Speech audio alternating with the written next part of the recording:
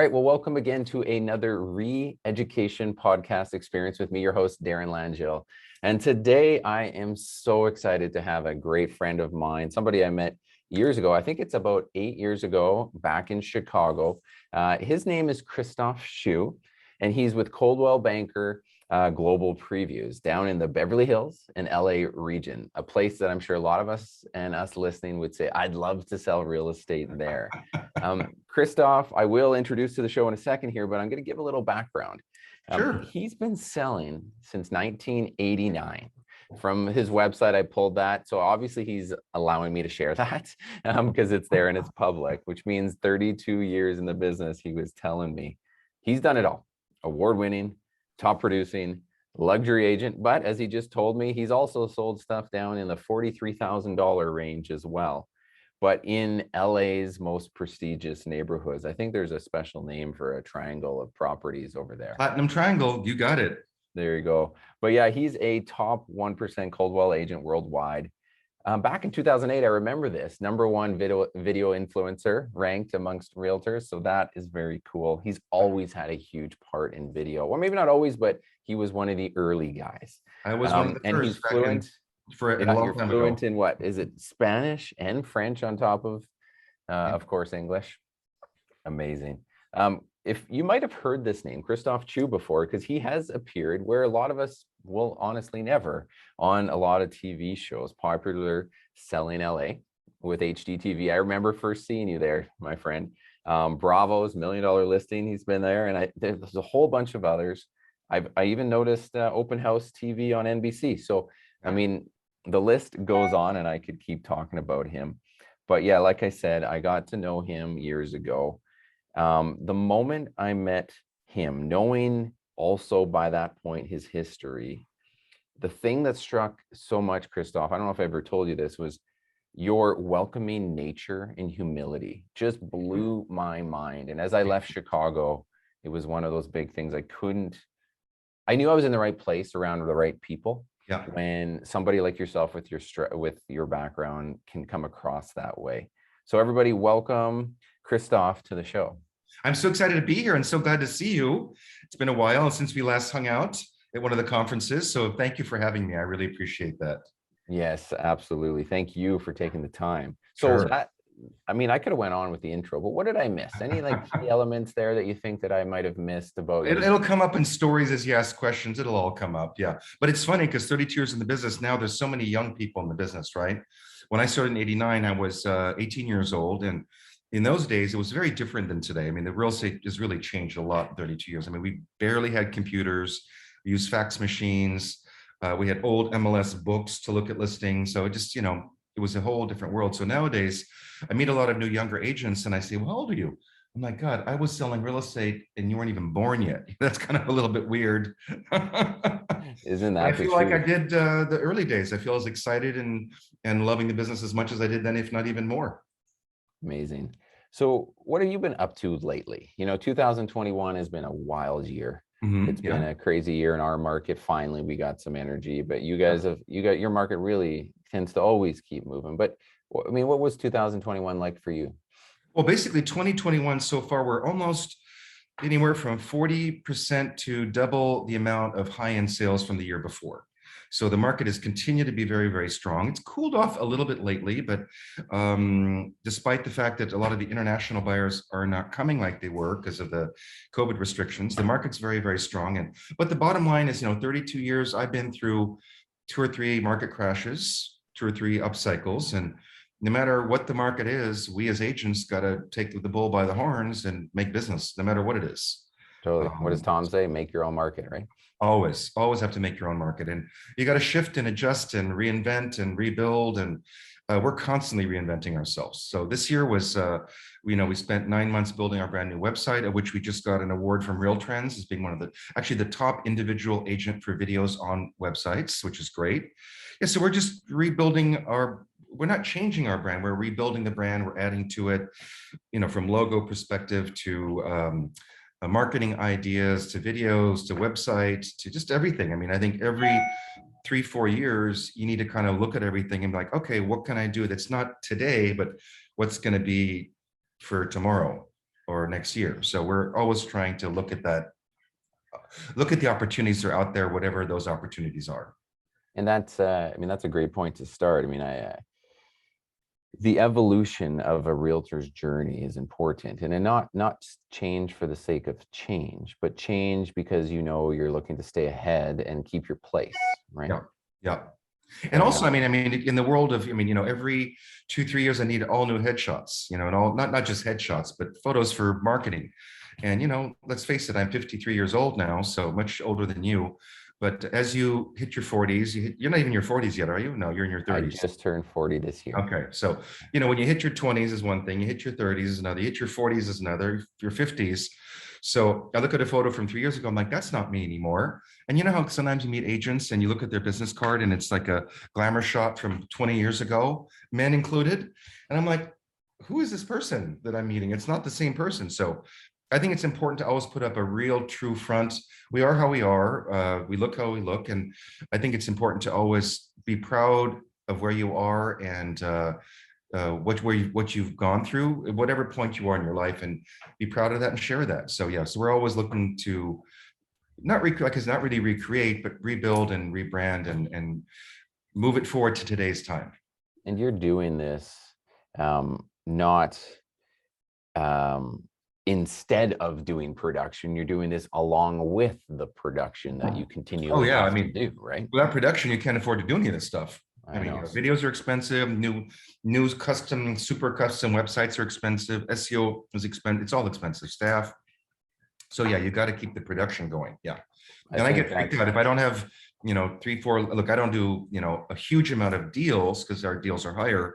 But if I don't have a number of listings and escrows, I get kind of freaked out. You know, I need to have a lot of stuff going on. When things are slow, it's just, I still work every day, but I like it when there's stuff going on and activity and meeting people and all that. Yeah, there's that itch. You know, people that are around you, if you feel like you're a little bit low on production, you can kind of feel squirrely. Yeah. And a lot of agents though, like that aren't at your level, haven't experienced the successes, will put things in series versus parallel, right? They'll be like, well, I got to go build the brand, do all this, and then they'll come to me. And it's just such a mistake, right? No. They'll come to you as you're building the brand. But even through the pandemic, I mean, let's face it, this is the first time in my life, the whole world really changed, right? And, you know, offices were closed, you know, for a while there were like 3-month periods where pretty much every business and every restaurant was shut down. Our offices were shut down, and I don't work from home. I never work from home. So I have a beautiful penthouse office with a balcony, and I didn't have my staff come for like 5-6 months, but I came to the office every single day. I said to the manager, look, I'm going to come in. My staff won't be here. I have my private office. I have my balcony and the door open. And I did. I mean, I think a lot of people just put their heads in the sand and said, oh, you know, let's just stop for right now. I didn't stop. And even though we couldn't do open houses, we couldn't do this, we couldn't do that, we were able to show houses. We had to do a lot of things to show houses, but we did. And we sold a lot of properties. So I never let what's going on outside the world affect me. I mean, it does affect you, but I have to figure out a way around it. And because I got to earn a living and I got to pay my bills like everybody else, and help my clients, and people have to buy and sell regardless of what's going on in the world. So that's a great way to start. So my first question here was, you've kind of half answered it, but I think I want to get, what is Christophe working on? And maybe this is something you and your coach work on as you finish such a great year, while we've got about 45-ish days to go. Yeah. What are you trying to complete other than the branding and the build and evolving that? Like, what are some of the tactical things that as a producing agent at the end of the year, you always clean up on? So number one is, you know, most people kind of shut down their business, not shut down, but slow things down from, you know, Thanksgiving through New Year's, right? They think things are slow and blah, blah, blah, whatever. I never have felt that. Particularly, I worked a lot with international buyers for many, many years, and I still do. They would always come between Thanksgiving and Christmas. So usually in December, where no one's selling, I would always sell 4 or 5 properties in December, because they come to town, they're here on vacation, and they're rich, and they want to buy a house. And I'm here Christmas Day, well, not Christmas Eve, but Christmas Day or whatever. I mean, if they're got money and they want to buy, oh, I can have Christmas Day another day, right? It's just a day on the calendar. So I'm always focusing on, like right now we got, like you said, 45 days or so, you know, getting new listings, getting closings, and looking for opportunities for next year. And then also business planning our business for next year, what we're going to do, and also working now on part of those plans now to be full up and board running by mid-January. Totally. So I mean, I it's always find everything. it can be a stressful time, right? Because we're a lot of us who don't, I mean, who aren't doing this in their business, and you're trying to stay very consistent, right? I guess people listening, I did the roller coaster, right? But we want the stronger producers have less peaks and valleys. They just continue to push. So you're of course doing that. You've got a unique marketplace where yes, at Christmas it does pick up. But just the fact that you're hunkering down, you're not just kind of relaxing for the next 6 weeks is something. And you know, we all have those roller coaster rides every day. Like you wake up in the morning, you're excited, you're here, and then you know 2-3 bad things happen. You get a call for a listing, and you're all excited. So all day long, it's like that. But you know, I think there's not an agent in the world, even the top brokers in the country, that don't have downtimes. I mean, I've had 2 or 3 periods in my career where 4 or 5, 6 months without a single closing. I mean, it just happens sometimes. And I remember I was coaching with Tom one-on-one, and we were doing stuff and videos, and I think it was 4 or 5 months I had not made a sale, and I was getting kind of really stressed out. I remember not visioning, but I don't like to visualize negative things, but I felt like I was going down this dark spiral downward because every day I'd come to work and call, and nothing was happening. Nothing. And Tom kept saying, Christophe, keep going, keep doing it. I said to my wife, I said, I've been working for 3-4 months, nothing. I might as well just stay home. He goes, no, you got to keep going to work every day. And I did. And this is maybe 13 years ago. And I was at the office on a Sunday morning, which I'm at the office almost every day of the year. Office phone rings at 8:30 in the morning. I pick it up. It's a friend of ours saying, hey, Christophe, we want you to come meet us because we're thinking about selling our house. And they had one of the most beautiful homes I'd ever been to in Los Angeles. And it's still one of the most beautiful homes. I said, great, let's meet tomorrow, Monday morning, which we did. And I knew it was in the $25 to $30 million range. And this is 13 years ago. Today, it's probably worth 50 million, 55 million. So even though I was mentally prepared, I think my highest sale to that point was about 6 million. And so even though I was ready, I called my wife up. I said, look, you know, they called us and I got to prepare for this appointment. So I literally spent 8 hours that day preparing the presentation. And when I met him the next morning, I didn't show him anything in the presentation. I didn't even show him any of the stuff I prepared. I just did my script. You know, do you absolutely have to sell your home? You know, he says, yes, we're moving out of the country. Are you willing to price your home to sell? And he's like, well, what price do you think? I said, well, it's worth 22, 23, 24 million. What do you want listed for? I said 26 and a half. He says, no, I want 30 million. I said, well, if I sell your home in the next 30 to 60 days, is that okay? He's like, no, we're not, it was October. We're not leaving the country till July. I said, well, then I need at least a 12-month listing agreement. And then he says, what's your commission? And this is one thing that I really practice in my mind. I knew that in that price range, there was no houses for 30 million ever at that particular time in this area. And I remember in my mind, most brokers would go in, maybe ask for 5, but probably ask for 4. And I said to him, I said, 6%. And I smiled and I did my nodding, and it was actually typed in the contract. And he looks at me and says, I'm only paying you $1 million to sell this house. So we agreed on the price. We wrote the contract. I scratched out 6%. I wrote in $1 million. We sold the house a year and 3 months later. And we sold it for 23.5 million, which is the number I'd said. And he paid us $1 million. So anyways, so that downwards, and then I remember I got the listing signed that Monday, and I'm like, holy cow, I got no money to market this property. What am I going to do? Right. But I called the company and our manager, and they're very supportive of me because I've been a top producer, and, they helped me out. So, and we got it sold, and the rest is history. So no matter how down you are, how fearful you are, how worried you are, you got to keep doing it every day. Results may not come every day, but you got to just keep the faith and keep moving forward. And every day in my affirmations, I say, I expect miracles and magic to occur each and every day. And I can't wait for that wonderful, amazing come list me call this afternoon. And sometimes it happens, sometimes it doesn't. But if you don't have the mindset and the thought, and you're thinking about, oh, everything sucks right now and I got no business, then that's what you're going to attract. So. Yeah, makes so much sense. And it's great to have you say that too as well, for so many agents that just would just put off the power of that because they think it's just all tactics, all that. But there's really some, break it down. You've been in this business a long time. You've seen a lot of the wins and then the losses. I mean, That mindset come. is one of the most important things. I mean, tactics and strategies and marketing and skills, that's all critically important. But mindset, if you don't have the right mindset and the right positive attitude, it's not going to happen.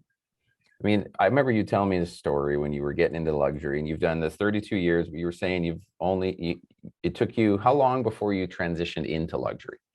Good question. So I think I was in the business 6 or 7 years in another office, not in Beverly Hills. I was doing about 60 deals a year. My average price point at that time, I think when I moved to Beverly Hills, was about 282,000. So this is probably in the mid 90s, I think, is when I moved to Beverly Hills. And I physically knew I had to move locations, number one, because at that time, the area I was working, the top end market was about 3 million, whereas Beverly Hills was maybe 20 million. So I moved and started working on, but yeah, I did a lot of deals, but they were basically, when I started, it was all first time buyers, expired listings for sell by owners and all that. And, but a lot of my past clients in Sphere today of 29, 30 years are from those expireds for sell by owners, 25, 30 years ago. So Yeah. yeah, so it took a while.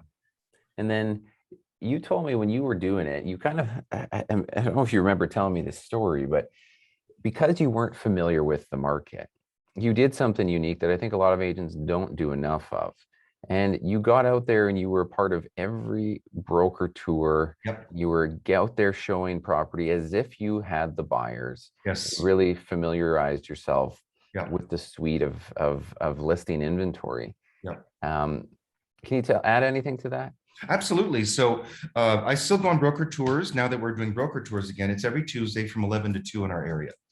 And, if it's raining, they may cancel, but even when it's 100 degrees, I'm out there running, when you're walking through a 25, 30,000 square foot house, 3, 4 levels in 100 degrees in a 3-piece suit, it's not exactly fun. But I would do that always because I thought if I don't know what's out there and what's going on, you can't just see the inventory from the MLS. You got to, especially in the high end market, you got to look at the architecture. You got to feel who's on each side and who actually lives on each side. Is it a rock star? Is it a businessman? Because clients care about that stuff in that market. How does it feel? How are the finishes? You can't see that from the MLS. So I would always do it. And there was a lady in our office. She was in the business probably about 40 years, old timer, not old, but old timer in the business. And we go on caravan. In those days, we were looking at $5, $6, $7 million houses. And she said to me, "Why are you wasting your time looking at all these houses? You don't have buyers for those homes." Kind of snippy. And I said, "Well, I don't today, but if I do tomorrow, I know exactly what to show them." And one of my new agents came with me on caravan Tuesday, and he says, "How come there's like almost no brokers coming to the open houses?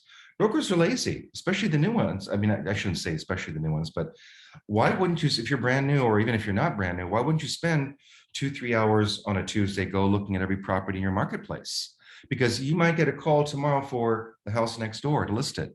And if you don't know what the house is like next door that's been on the market and sold, and a lot of times now, 32 years later, I've seen that house 2, 3 times sell. When it first sold, remodeled, sold again, remodeled. It's, knowledge is power. I don't care what business you're in, the more you know, the better you are. And just like that $30 million listing, even though I'd never sold something in that range yet, my highest was, like I said, 5 or 6 million. I was so prepared mentally and emotionally. I just need to spend that day to prepare myself mentally so that I could feel comfortable and confident at that presentation. So yeah, looking at properties is one of the most important things you can do as a broker. Well, the Long timer or perspective, old or a new timer? yeah, that perspective that you would have gained early would have taken, I mean, if you waited for the next listing that you were going to take in the luxury market, and then maybe that buyer that comes around and you view a few homes, the experience to actually feel like what these luxury homes actually offer, their perspective, the size, the scope, the details. I mean, you're completely shooting in the dark if you don't Yeah, go ahead and do that. And that could also be to the lower price points too, right? absolutely. Like, I Doesn't matter mean, what price point. Could be 200,000, could be 50,000, doesn't matter. But in addition to that, I have sold in our luxury market, a lot of these people have already beautiful homes. And they're not necessarily, I mean, I would say maybe 30%, just out of my mind, of the high-end sales I do are not buyers that are like looking in the marketplace. They have beautiful homes, great properties, but you know them. And they all say, well, you know, we kind of would like this kind of house, or a house by, look, in our area, some people want very specific architects, you know, certain, whether it's mid-century modern or, you know, 1920s, 1930s, but there's, you know, a list of maybe 80 top architects, certain top-end trophy buyers, which they are, want certain architectural homes, and they don't come on the market very often. So there've been many times where I walked into a house and I'm walking, I'm like, oh my gosh, this is perfect for so-and-so. They're not even looking. And I'll pick up the phone, like immediately, like in my car. Hey, I just saw a house. I know you're not looking right now, but I really think this is a great house for you. And they'll come and they'll buy it. It's like Caravan on Tuesday. There was a house that I didn't quite recognize the address, but I said, oh, this looks, it's 55 million, I think is the price. I went to see it, and I said, wait a minute. I said, this is the house that sold like 4 years ago for 14 million. But I showed it to my clients, another client. They tore it down, built a new house. And as I walked out, I'm like, this is perfect for my clients. They bought a $14 million house for me 7 years ago, which somebody wants to look at now and buy for 25 to 30 million. So I texted them, they live abroad. I said, look, because we've already been talking the last 2 weeks about, hey, I've got a buyer that wants to see your house. Can we show it? And they're still deciding. But now I said, this house is better than what you've got. It's brand new. It's a little bit better location than where you are, and they can afford 55 million. So they might buy that, and then I sell the one for 25 or 30, and I've got, you know, 2 deals. Well, let's unpack that for a second. And that's something I preach a lot at my office. And that's that whole conversation of knowing things that, for like that dream want list with your clients, and that would sell price, right? And it's like so many people, right? We know 95% of the people we talk to aren't looking to buy or sell. Correct. We need a message that can work to 95% of them. Correct. Right. So yeah. You must be a bit of a, like, how do you stay present and stay connected so that, or maybe even the script that you use when you're just talking to that past client, and you know, where you can bring up this kind of like dream search want. I mean, so that you must get good and note and take some notes, put it in your CRM. I mean, can you walk me through a little bit of Christophe's process with that? So the funny thing is, I never put the notes in the CRM. Honestly, I've been using Top Producer for probably 32 years. I never put the notes in the CRM. I just don't want to take the time to like, it's all in here. And that's probably not a good thing. But for me, my clients either are friends and become clients, or they're clients and then they become friends. But through the process of buying, particularly an expensive home, I spend a lot of time with them. And every buyer is different. I mean, there's some very, very, very high profile buyers I work with that are some of the richest people in the world. And when they come to town with their 8 or 9 security team and their, you know, 2 or 3 cars and their chefs and their maids and all this stuff, and we go look at houses, you know, sometimes I can get them in the car with me so we can really talk between the houses.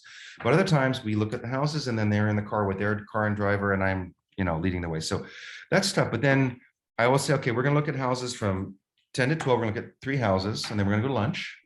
We're going to look at 2 more houses afterwards. And then maybe, you know, they're here for usually for vacation, and the super high end, they're here for vacation. And most of the super high end people, they have multiple homes around the world. So they want to go to shopping and they want to, you know, they don't want to just walk into Chanel or Louis Vuitton and Hermes and just like walk, you know, and they want the private experience. And I can do that. I can call up my people and say, hey, look, I've got this one. We want to come upstairs to the private room. So you got to really know people and know who they are, what their lifestyle is. And in the world of the wealthy, just give them opportunities. And if you call them, I mean, like I said, many properties I've sold, I just said, you got to buy this house. I mean, 14, 20 million. And some of them sight unseen, and they just trust me. And they said, okay, we'll do it. All cash. And I love nothing better than an all cash, no contingency deal for 5-day escrow. I mean, that's like the best. Yeah, that's right. With your average sale price, right? Yeah, exactly. But I love that concept though, that idea of showing them, like, everybody, price point, luxury, ultra luxury, or just average, the ability to reach out to just, I'm thinking of you. Yeah. And I thought of you because Yeah. I know you're not looking. I know you're not want to sell, but hey, somebody came across my plate. This opportunity came my way. Yeah. And I thought of you. Like, that's enough to build such impact, even if the home doesn't connect the dots, because most of the time it doesn't, right? But it's a great touch point. Is that Yeah. fair to say? Absolutely. And I'll give you an example. I sold a house 5 years ago. It was a $2.8 million listing. I had an open house, couple walked in, bought it, double-ended the deal, bought the house. Lovely couple. Then I sold their condo for like 1.5 million after they bought.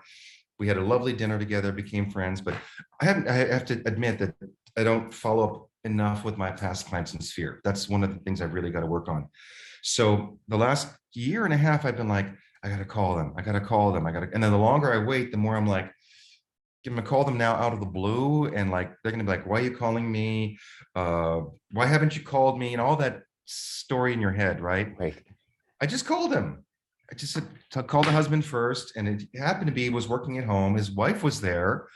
We started chatting. And I know they've had 2 children since they bought that house. And I know that house wasn't really amenable for children, but they were just married. They didn't have kids. And now they do. And it's not really, it doesn't have a big yard, it has a beautiful pool, but it's not really. So I just, how you been doing? I said, how's life been for you since the pandemic? Are you working from home, working in the office? And they shared their whole thing and what they want to do. And they were so happy to hear from me. They were so pleasant and lovely and wonderful. And now they want to buy from 5 to 8 million, which is great. Then I'll sell their house now for probably 4 million. So that's, 12 million deals. But for literally a year and a half, maybe 8, 9, maybe 10 times, I thought, oh, I should call them. And I'm like, no, I can't call them because I'm going to feel ashamed or embarrassed. And I finally just called them that day. So I think for me personally, I don't know about you or anyone else, I get sometimes caught up in the what if, what this in my head. Just pick up the phone and call. If they don't like it, they'll say, I can't talk, or I don't want to talk to you, or F you, or whatever, right? It's 100%. I mean, I'm so glad that you're willing to share that, because I mean, I train a lot of rising engineers. I mean, not engineers, realtors. Yeah. And they think that all of us that have achieved some level of version of success have it all together, right? But they were like, and I think I talked to Josh Rubin last year, and I said, "What are you doing at the end of at the end of the year to prepare?" And he says, "I'm going back to my database because I neglected them all year long." It's true, right? It's true. And Tom Ferry said in his podcast a few weeks ago, he says, we're all batshit crazy, all of us at some level, right? Now, when you're rich, you're considered eccentric. If you're poor, you're considered crazy. So anyways. There you go. Can we speak a little bit about agent to agent relationships? Because I know it's the Tom Ferry ecosystem is something that it just internally generates such a great way to connect. And there's a lot of referrals there. Yes. But I mean, I've always asked of my agents and people that I coach to say, whether you're the most junior agent or senior, it's never too late to try to build that Rolodex of folks spread wide. Now, you've got a global luxury brand. So, I mean, there would be agents from all across the globe, but just that concept of being present and agent to agent, what does that mean to you when I say that? So, especially in the global realm, I mean, my focus is the last 25 years is luxury high-end, because that's just who I am internally and who my sphere is. So again, typically someone who's buying a $10 million plus home in LA, they typically have multiple homes around the world. I don't know how it is in Calgary, or other parts of the country that your agents are from, but it's very common. So starting about 10, 11 years ago, I really started making a focus on that international segment. I knew a lot of people, but I would go to a lot of international conferences, and I would specifically, I didn't actually specifically go after them, but it just happened. I was a speaker pretty much every time, so I got to meet the people. But I thought, okay, if I am at a conference, an international conference, like I can meet the broker owner of this company in France, this company in Italy, this company in Spain, this company in China, this company in South Korea, in Brazil, I forget the other countries, but that's so important. And then, because in the world, especially the world that I'm working in and I'm continue to work towards more, is the world of the wealthy. If you want to be a luxury agent, it's like an international private club, but it's not an official private club. Like most of the really, really wealthy people in the world, we all know each other. It's shocking. We met someone maybe a year and a half ago at a party, and they don't live in LA, but they have a house in Palm Beach, place in New York, one in La Jolla, house in Hawaii. But we see each other at parties. They come to LA once in a while. We go to dinners, and every time we meet, I can't believe you know them, and you can't, how many mutual friends we have. But these are friends from all around the world, and if people know you, trust you, respect you, and feel like you're part of their circle, they want to do business with you. So I've always made it a point to really focus on obviously only people that I like. If I don't like someone, I don't communicate with them. I don't spend time with them. You know, there's certain people you meet, you're like, and they're really on you, and they're like, I'm like, oh no, I just don't want to be around that person. I'm always very nice and we're always very kind, but I don't go after that or nurture that. But the ones I like, it's great. So that, you know, anywhere I go in the world, whether it's Paris or Seoul or Hong Kong, you know, I have my own friends, but I can call up the presidents and owners of the company and say, hey, I'm going to be in Paris. Can I come visit you at your office? Let's go have lunch and let's go have dinner. I speak at their offices. So I'm continuously building my rapport and brand. And one of the things I'm going to do marketing wise, which I have not done yet, is talk more about, especially in my realm, like, because how many times do friends say, oh, I just bought an apartment in New York, or, oh, I just bought a place in Miami, but they don't, because I'm not putting it out there. I don't think I've ever put it out there. Like, hey, I'm part of the worldwide network. If you want to buy, and, you know, and I have to look at my key cities for me, which is Miami, New York, Chicago, San Francisco, Dallas, Aspen, Vale, Paris, London, New York. I mean, there's certain cities. Sure. So I need to make sure that my general base on social, which is really how we stay in connection in most cases, really sees that, so that if they see it over and over and over again, they think about it. Like even a small, this is a side thing, small marketing idea I got maybe 3-4 years ago. My name is Choo, and you know the brand Jimmy Choo shoes, right? Which is one of the highest end luxury brands. So they did a campaign saying, want Choo, I want Choo. That was their campaign. And they even have purses and shoes that say, I want Choo, Choo. So I thought, wow, I can do that. So I did it for about a year and then I stopped it, but I did all these hashtags: want Choo, hire Choo, list with Choo, choose Choo, buy with Choo, sell with Choo, just for the fun of it.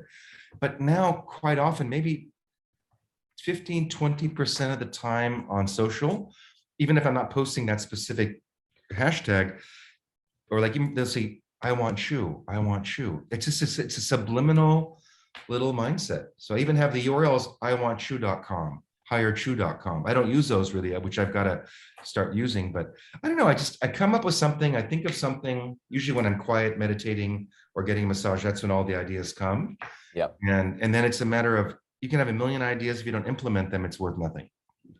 100%. So, but it's interesting that now I started doing the hashtags again the last couple of weeks, because I just, you know, it's been maybe a year or so, I haven't really done much of it, but people are still remembering, I want Choo, I want to hire Choo. And, you know, it's you might meet a seller, they see that and they go, I want Choo. It's silly, but it works. Totally. Well, when I actually wrote down, one of the things I wanted to talk to you about was about getting your local network to think of you beyond your borders. And I love that you're working on that. Even a guy, luxury, top of his craft in one of these markets, but it is very important that we all just put a little bit of that to our hub to say, you trust me. Nobody wants to have to go find another trusted resource. Right. They'd rather just trust Choo to hook you up. Right. So it's like, yeah. So I've been thinking about this for the last actually 24, maybe 48 hours. So we're gonna do some photographics that I've got, you know, I spent 2 days with a photographer he took like 600 shots. We have like 10 shots we're using, but there's one particular shot that I know will work with a graphic on the side saying, I don't know exactly how we're gonna do it, but like maybe a little globe of the world in the middle, and like maybe like 7 little key cities. Oh yeah, little thing. And then we'll do some videos about that. We haven't done it yet, but I mean, between now and the end of the year, we can do the graphics, we can do the videos and start getting that out there, because I know for sure when I think the last 5-6 years particularly, I probably lost a few $1 million by not letting people know how much I am tied into that realm. As you're saying that, one of the things that I was thinking about is, okay, yeah, people might be thinking, shoot, Christophe's got all the best markets in the world. But the reality is every market center has a feeder set of markets, right? Absolutely. Either out or in or both. Yep. So the concepts, maybe it's easy to visualize because Christophe's talking LA to France, right? Or it's to Singapore, but it's like, maybe it's, Chicago has its feeder cities, and what are they, right? Just learn it, understand it, and then of course, don't let that money slip through the cracks, right? Yeah. And again, it's always changing. I mean, since the pandemic and maybe just a little bit before, I mean, California state taxes are through the roof, right? So in the United States, there are basically Florida, I think Texas and Arizona that are state-free, tax-free zones, right?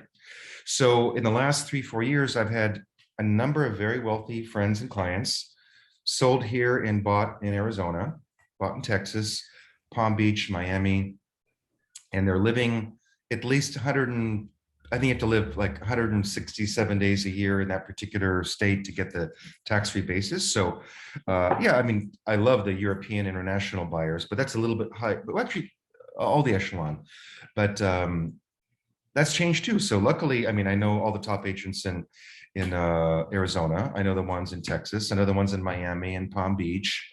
So those are things important to know. And again, everything's always changing. I mean, and things today are changing so much more quickly than any other time that I've experienced in my 53 years.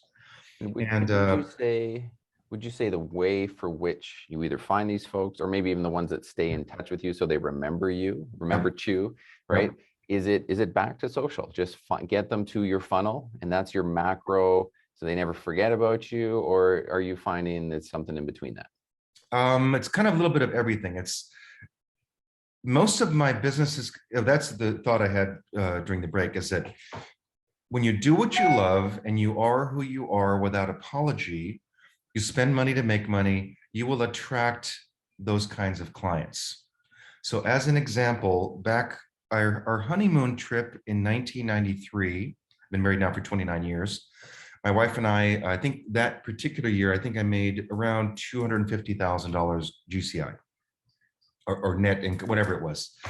And we traveled quite a bit, and we were going on our honeymoon, and we went, I think, 4 weeks in Europe, 2-week cruise, week before and a week after in France, Italy, and all through the Southern Riviera. And then we came back to LA and went on a 14-day trip in Asia. We met a couple on the cruise in the south of France, just by chance, laying on the deck at the pool. A couple from Beverly Hills. I just moved to Beverly Hills. And started chit-chatting, and we became friends. And from that initial meeting, we became friends. I haven't done the complete numbers, but I think to date we've made about 2.6 million net commission in 29 years from that contact. Wow. And not just from that contact and all her referral, but that contact went to this one, went to that one, went to this one, and it's just. So I remember that was I think I spent a quarter of my annual income on that trip, a quarter of my net income on a trip, which means it's like half my income, right? Right.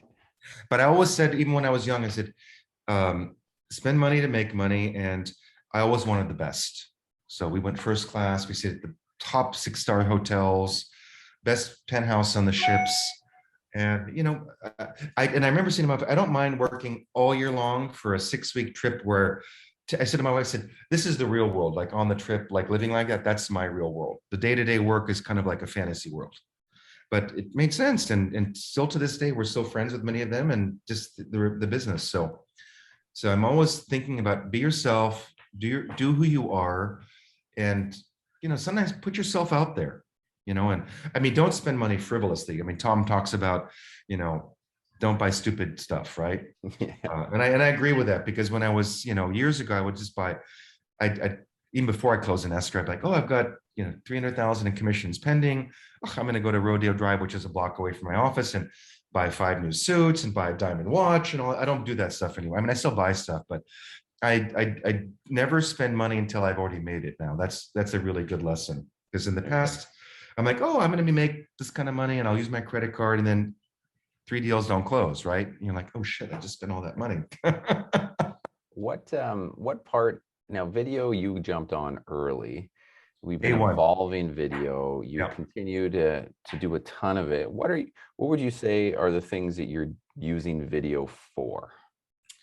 What I use it for personally and versus what the consumers want, and the consumers want different things on different platforms. So on my YouTube channel, I think we have like 12 million views of our videos. I think we have 2,600 videos from, 13, 14 years ago. And I think 34,000 subscribers. So on my YouTube channel, they like my driving tours. They like my parties. They like houses. The rest of it, they don't care. When I do my motivational stuff, and they don't really care so much. Motivational stuff on Instagram, Facebook, they like that. House tours and all that stuff on social, they don't like it so much. So every platform is a little bit different. We do kind of everything, and we're always testing, but I see there's different people like different things on different platforms. So we're always testing and trying and seeing what we can do different and new and unique and special. So we're always trying different things. And it's one of those things we've all been pushed by our coaches or those around about. I mean, I think even Tom on stage might have said, you have to get on video. And it's crazy we're still talking about it. So many agents are scared to do it. Would you, when you're talking to agents who haven't quite embraced it yet, maybe they're not spending money on the property tours because maybe they're nervous to spend the cash, but you could just get down to the content sharing. Yeah. I mean, what are some tips that you've learned to be able to just take a thought to execution on a video, right? And just to get it. So first of all, if I believe in it, I just do it. So the first time you probably were not involved with Tom Ferry at the time, but this is probably 2006 or 7. We were at the Tom Ferry Summit in the desert. Gary Vaynerchuk was our keynote speaker, and it was YouTube. Google had just purchased YouTube. So that's when videos were really just starting. And then Gary Vaynerchuk's like, you got to be social. He said, you got to be the DJ for content in your community. So you got to start doing videos. And he said to me, I think it was at lunch or something. He's like, you're Mr. Beverly Hills. You got to be the mayor of Beverly Hills and DJ content for your community. So I didn't quite know what that meant, but I thought video sounded like a good platform for me, even though I'd not done any videos before. And I was not on any social media things. I wasn't on Facebook. I was on nothing, because at that point I'm like, I'm pretty private. I don't want to share my stuff on social. But then I thought, well, wait a minute, I can share what I want to share on social. I don't want to share everything.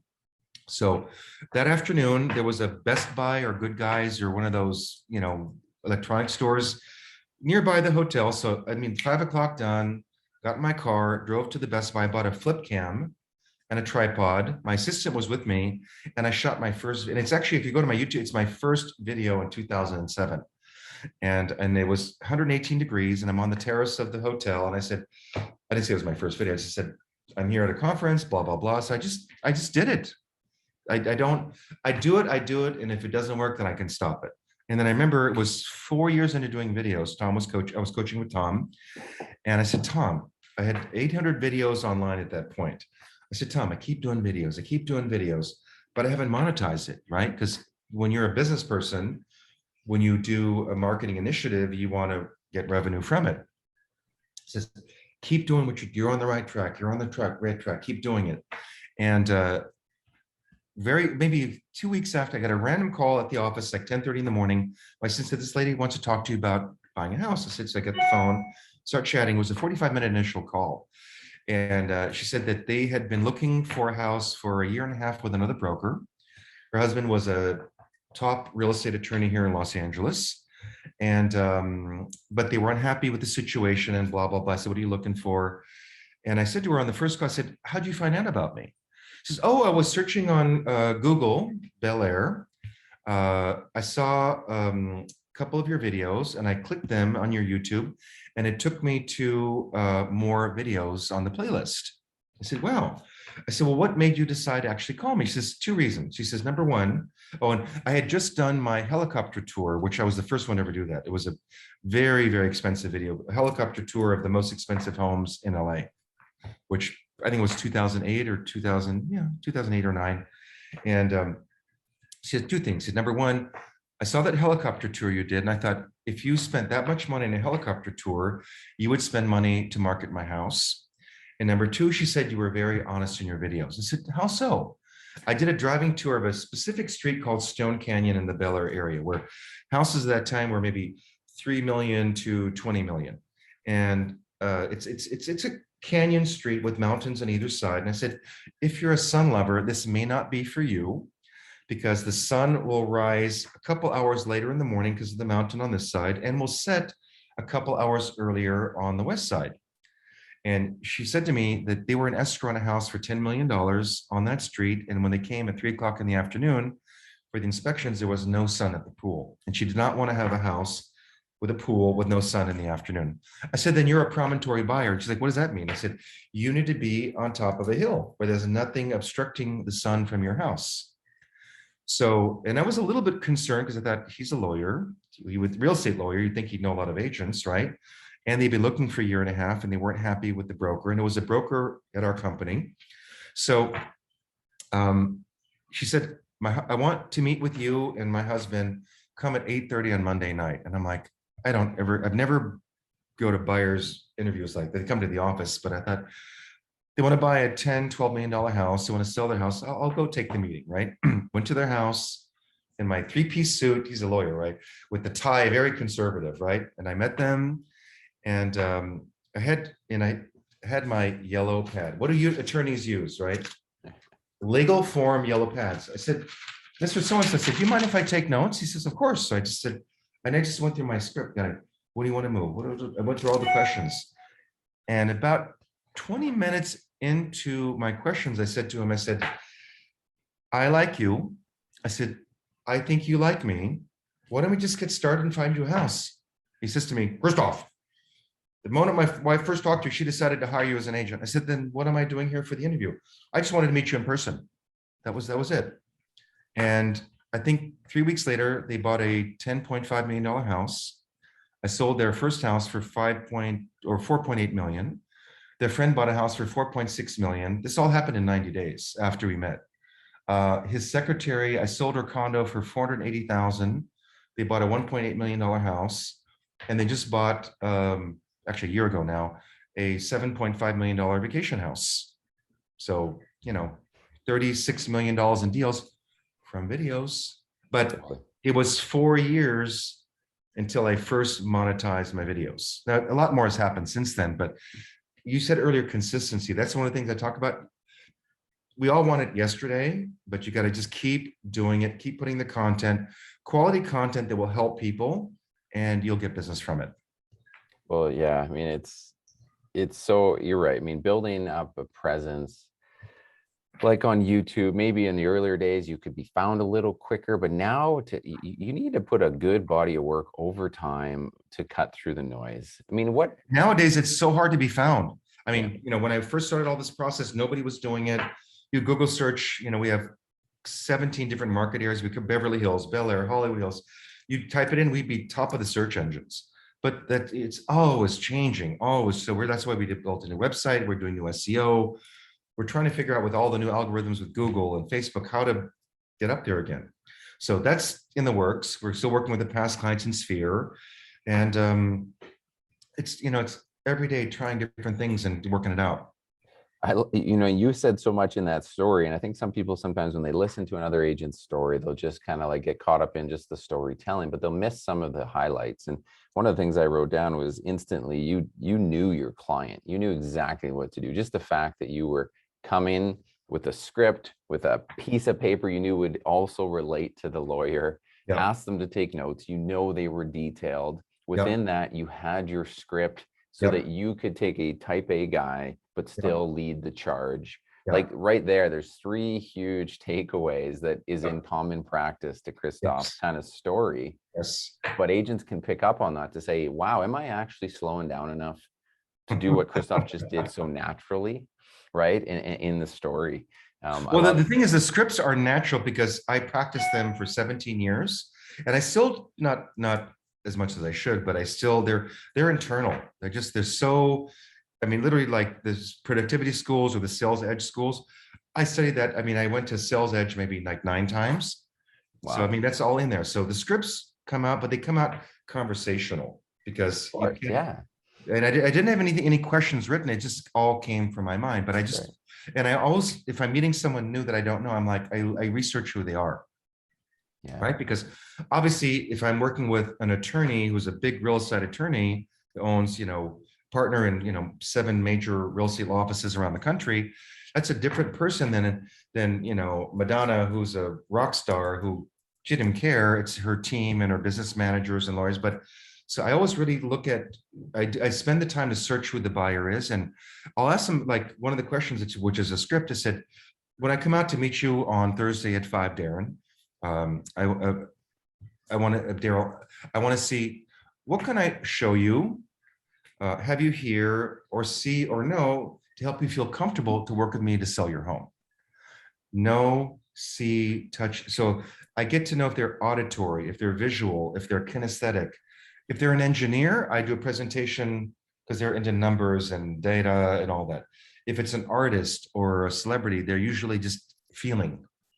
Sometimes people say, well, it'll depend on how I feel about you when you come out. So I know they're completely kinesthetic feeling people. I want to see your marketing proposals, so they're visual, or I want to know the data on the comps and the square footages. They're technical. So I think it's really important to always be yourself, but present in a way that's makes that particular buyer or seller feel comfortable that you understand them.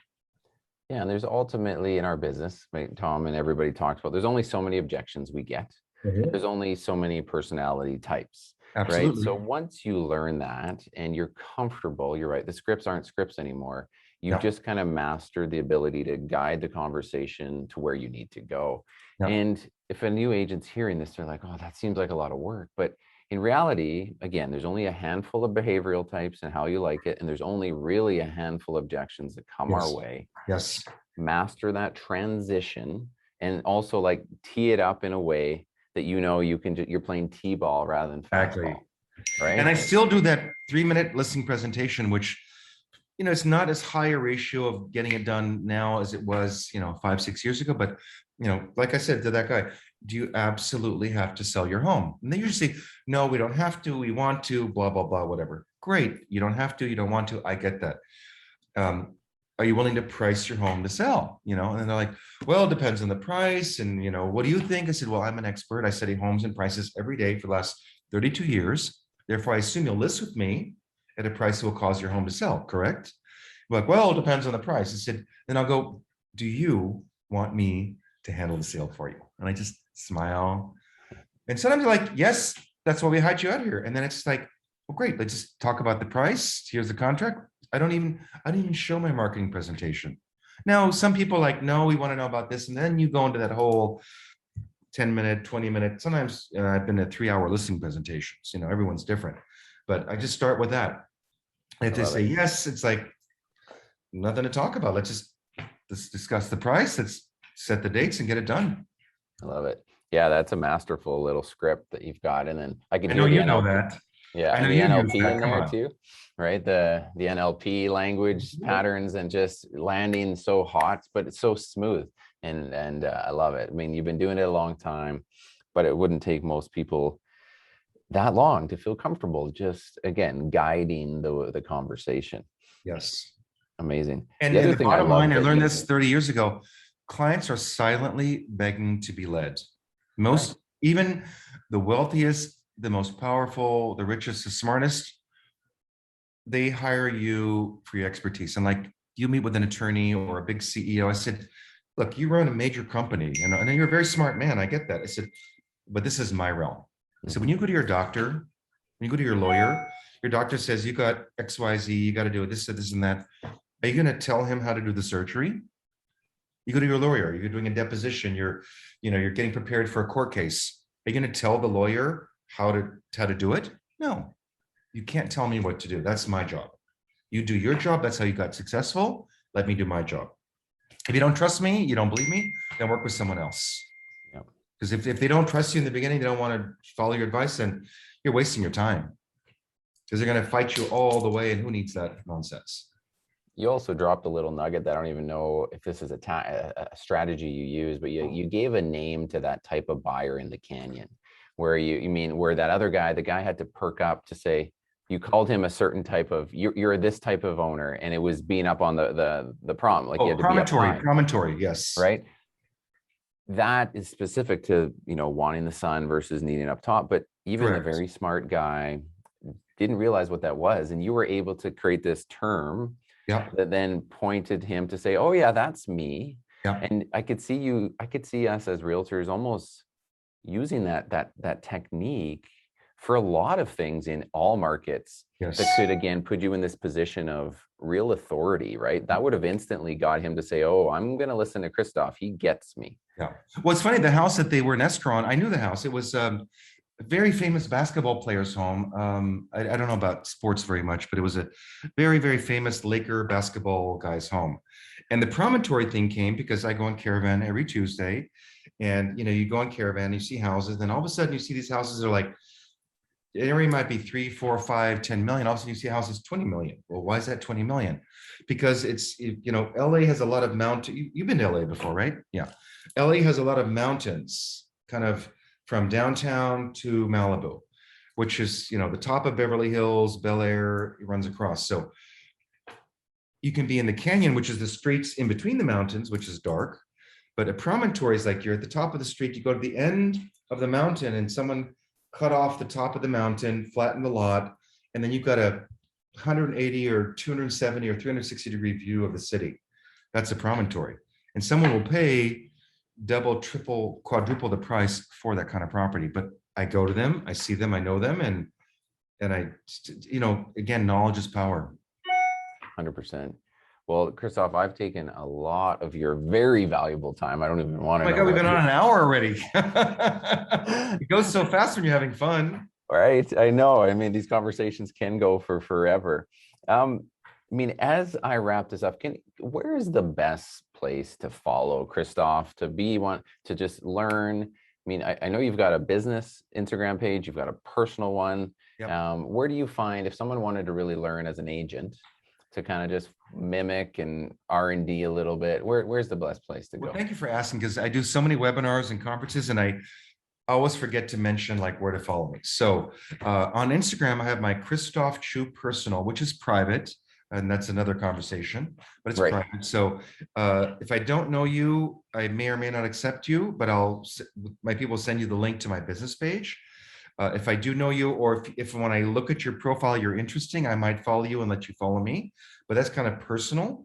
My business is Christophe Choo. You just type my name and you'll see it, other than you might see some fake profiles. There's a lot of fakes of me out there. So, but Instagram, I say, is important. Facebook, I have my Christophe Choo, but I've been full for like 13 years, so I can't add friends.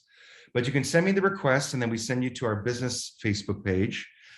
YouTube, there's no restrictions, it's open. So Christophe Choo on YouTube, I would suggest follow my YouTube channel, subscribe, and click the notification. So whenever we do a video, you get the video. I'm on every platform, but I would say those are the main platforms. And look, just Google Christophe Choo, you'll see page after page after page after page of content on Google. Amazing. I'm all over the place. So if we were to leave with one kind of set of parting words from Christophe as we finish up, anything, even your favorite quote or your favorite book of the moment, anything that comes to mind as we leave you? No favorite quote or favorite book that I want to mention. I just want to say, don't doubt yourself. Believe in who you are. You have good moments, bad moments every single day. Live in the good moments. The bad moments, recognize them, brush them off quickly. Look, sometimes it takes a minute, an hour, a day, depending on what happens in your life. I mean, this year my father died, my stepfather died. So, that was challenging. But, even when that happens, I got to brush myself off and take care of clients. So just keep moving forward. Don't wallow in the negativity. Just keep moving forward. Focus on the positivity. Surround yourself by the best people. Don't watch the news. Just keep positivity around you. And if anyone in your life is negative or a naysayer, excommunicate them. Get rid of them. You don't need, there's enough drama and stuff that goes on in all of our lives. You don't need someone that adds that to your life. Just keep focusing on the love, the kindness, the special moments, your family, your friends, who you are, and contributing to all those around you. I mean, one of my quotes is, be love, be good, kindness. I am joy, prosperity, kindness, happiness, to myself and to all those around me. So always focus on whatever you're doing is to help you and all of those around you. And just figure yourself as a bubble of light and love and kindness. And that bubble is protecting you from the negative energy. But that bubble is like a light in the dark where moths and things are attracted to that light. Mm. So that's. Oh, I love it. That's a great analogy, Christophe. I just came up with it off the cuff. Well, Christophe, it's been a pleasure. It's been so long since we met in person. I'm so glad to be able to. So amazing. Well, this has been another Re-Education Experience podcast with me, your host, and our amazing guest, Christophe Choo. Make sure you follow him. You'll have fun. You'll learn a ton, and you'll see more about this amazing man. And I'm sure just by watching, you'll learn a lot for your business. So thank you, sir. Thank you for having me. I'm so appreciative, and I can't wait to see you soon. All righty. Have a good one, everybody.